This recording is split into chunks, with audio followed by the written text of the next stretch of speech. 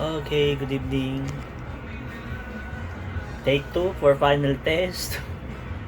So, ito yung ating device, battery monitor. Yun ang ilalagay natin sa mga batteries to have their own identification. Yan yung battery ID. Ngayon, ang nagpa-power lang sa kanya is meron dyan mini UPS loob.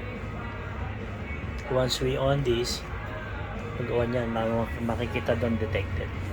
Ngayon, naka-off, wala siya, ano siya. Naka-off siya, so not detected. Tsaka nag-adjust din tayo dyan sa ano, para mas mabilis sa source code. Para pagka nag-in-off natin, nakita nyo, in-on natin, mabilis siya. Magre-response siya kagad. Yan. Kita nyo is N101, 101. Pag in-off natin, nag-respond siya agad, not detected. So, ito yung ano natin, emergency stop button, the LED, and beep sound. So, ngayon, meron tayong mga RFID. Ito uli yung not registered natin. Ito RFID embedded registered sa loob yan. Try natin. On natin para ma-detect niya.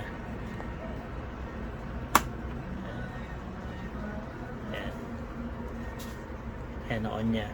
Tapos meron tayo ditong temperature sensor. Medyo nilagay ko sa ilaw para mabilis mag-init. Dalawa. And pangatlo. Iniwaiwalay natin para mag-iwa-iba yung temperature niya. Ngayon, try natin mainit pa ba? Kasi mag-a-alarm pag tinap natin na mainit yun. Hindi siya magpo-proceed. Kaya yan, tap natin.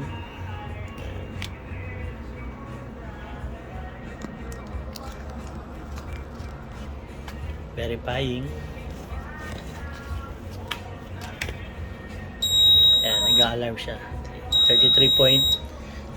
So, hindi siya mag-start kapag pataas.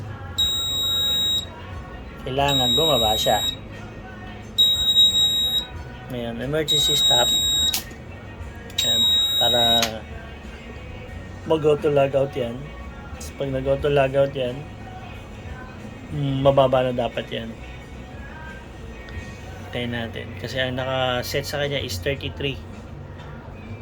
Para lang mabilis sa Ngayon, kapag naka-press yan, nakalagay sa kanya, emergency button was pressed. Please release the button. So, release lang natin para mawala yung beep sound na yung blinking green. Try natin ulit. Tingnan natin kung mababa na siya.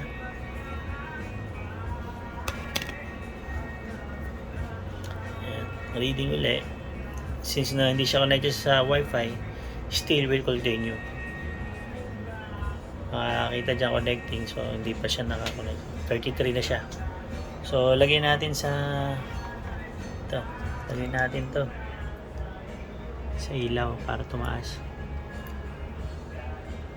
Lagyan siya sa LED light para tumaas siya. Ngayon, na nakalagay sa kanya is 30.39. So, tumataas na siya. Todo na yan. Sorry.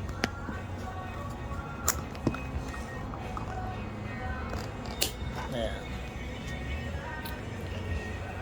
Ngayon, ito yung charger 1, temperature, charger 2, temperature. Ito, magkakaroon yan once na pinlag natin sa sa 220. Ngayon, nag-appear na tumaas na yung temperature, naging 33.1 na. Tapos yung charger 1 is 27.57. Yung charger 2 niya is 34.22. So, tatlo yung temperature natin ngayon na gumagana. Pagka sa battery monitor, pwede tayo magdagdag pa kahit ilan. Hanggang siguro 8. Kung kakayanin, ano. Depende sa IC na magagamit natin. Ngayon, i-try natin siyang i-press. Kasi ang lumabas dyan is charger supply was cut off. So, tinanggal niya na kagad yung relay niyan.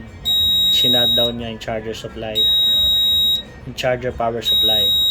So, check all power cables, connections, battery, and BMS before charging again. Safety first. Press emergency button to stop. Pag pinress natin yan,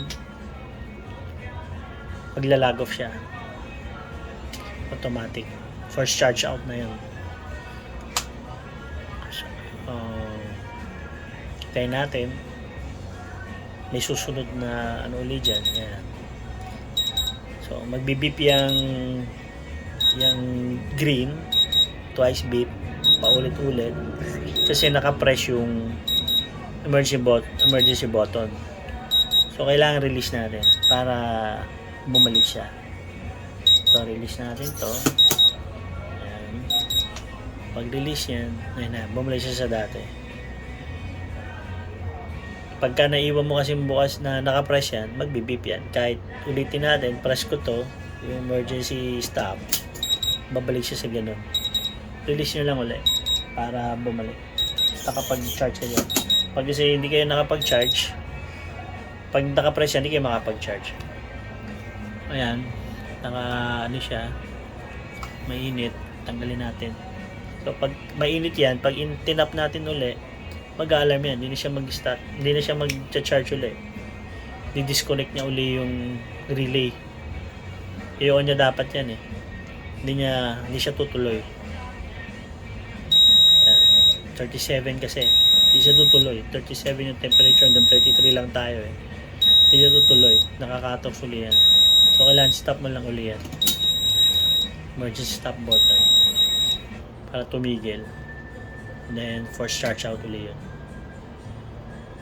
Maglalag yun sa internet natin. So, ganun lang. Okay, thank you.